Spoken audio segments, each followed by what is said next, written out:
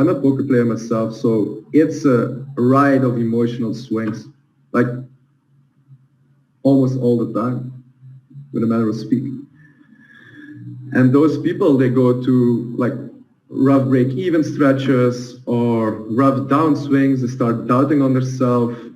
They get like urgency issues where they want to like chase their money back, and they get soaked in a different reality where everything is built around their poker success. And I think that's like one of the reasons that some people are procrastinating or don't get over that point, because they feel like their reality is just distorted. Everything is like around poker and around the results, and they are bad, so they are feeling also bad. You know what I mean? And it's really hard to like crawl out of that hole basically and start like performing like at their optimal ability again.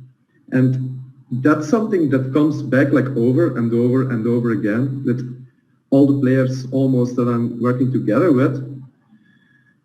And it's the following, like they ride those emotional swings that poker give them in their daily life like way better. Like their resilience basically to face the storms that are ahead of them, it's like tremendously higher. Like they get infected by those swings like at least 10 times as less. And just by simply having a structure in place of routines, for instance, morning routines like a cold shower, having the Wim Hof breathing method, workouts, focusing on nutrition, like just by habitualizing that stuff over days and weeks, that gets like the center of their reality. Basically, what it also means is finally they found a way to put themselves and their well-being as the center of their reality, which then ultimately like evaluates in affecting every like little thing of their life. Does that make sense? And also poker, like not only poker, a lot of stuff like friends, family, relationships, self-confidence, like social interactivity, like we can go on with that. But if we go back to poker again, it's the same thing. Like they close a session of like, let's say 1K hands. They have like a seven buy-in downswing. They close the session, it will hurt, but they like go out for a walk and they like reset their mind to their priorities, their well-being, like nutrition, working out, taking care of themselves.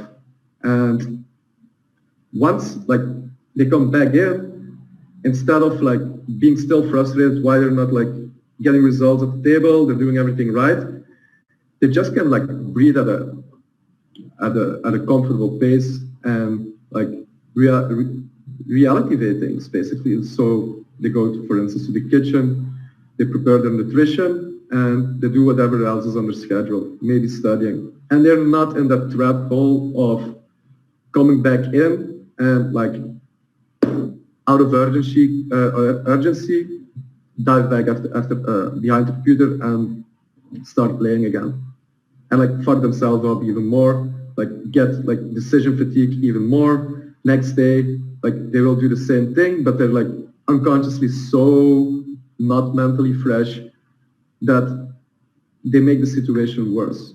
And having an anchor of like self-caring anchor can like fix those things really quick, in my opinion.